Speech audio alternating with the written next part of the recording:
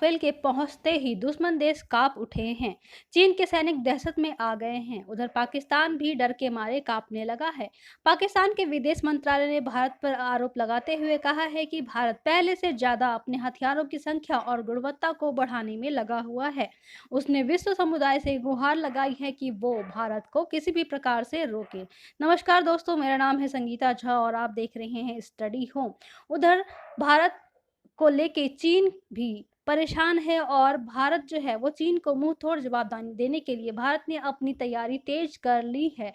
LAC पर 35,000 भारतीय सैनिक और भेजे जाने की तैयारी भारत ने कर रखी है।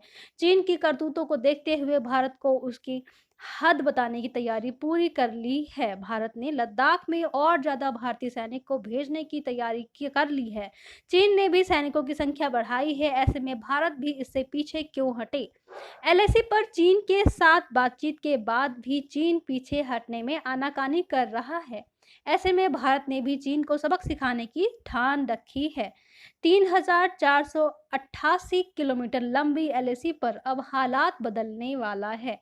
भारत के 35,000 सैनिक भेजने के बाद लगभग एलएसी पर 35,000 के साथ जुड़ जाने के बाद 70,000 भारतीय सैनिक एलएसी पर तैनात हो जाएंगे और 70,000 भारतीय सैनिकों से निपटने के लिए चीन के कम से कम 7 लाख सैनिक भी वहां पे कम हैं, क्योंकि 15 जून को गलवान घाटी में भारत ने चीन का क्या हाल किया था वो आप सभी को याद ही होगा। भारत ने के मुट्ठी भर जवानों ने चीन के 500 सैनिकों से भिड़ गए थे और जिसमें भारत के 20 जवान शहीद हुए थे। उधर भारत ने भी चीन के 43 सैनिकों को मार गिराया था। भारतीय सैनिकों ने चीनियों की गर्दन तक तोड़ दी थी, जिससे चीनी सैनिक बहुत डर गए और वे पहाड़ों में छुपकर अपनी जान को बचाने के लिए मजबूर हो गए थे।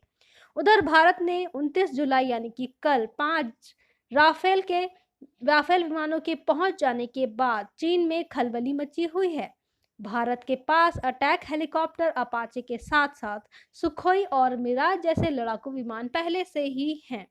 राफेल के आने के बाद सेना की भिड़ना में और ज्यादा मजबूती बढ़ गई है। राफेल फाइटर प्लेन आने के बाद चीन की नींद उड़ी हुई है और उसने अपने सैनिकों को पीछे हटने की बात कही है। पर चीन कितना भरोसेमंद है ये हम सभी जानते हैं। चीनी सैनिक अभी भी वहीं पर अड़े पड़े हुए हैं।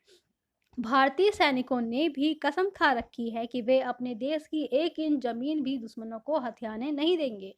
भारत में अभी तक सिर्फ पाकिस्तान की तरफ से आतंकी घुसपैठ होती थी, लेकिन अब चीन पर भी भारत को ध्यान देने की जरूरत आ पड़ी है। पर भारत अब लद्दाख से लेकर अरुणाचल प्रदेश तक चीन की हरकतों पर नजर रखे हुए है।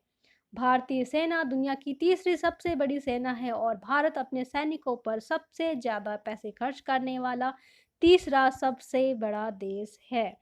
उधर राफेल के लैंड करते ही पाकिस्तान में गूगल सर्च में राफेल को सबसे ज्यादा सर्च किया गया। राफेल के अंबाला एयरबेस पर पहुंचते ही पाकिस्तान में गूगल सर्च इंजन पर सबसे ज्यादा राफेल को और अंबाला को सर्च किया जाने लगा। पाकिस्तान के लोगों ने गूगल पे कभी राफेल की कीमत का पता लगाने के लिए सर्च किया तो कभी अंबाला एयरबेस स्टेशन को पता करने की कोशिश की, लेकिन उनकी ये सारी कोशिशें नाकामयाब ही रही हैं।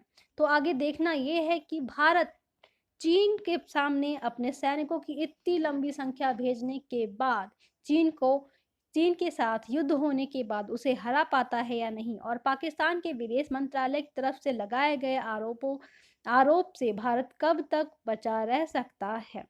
पाकिस्तान के सैनिक खुद कुछ करते नहीं हैं और भारतीयों को लेकर उनमें संशय बना हुआ है। Thank you.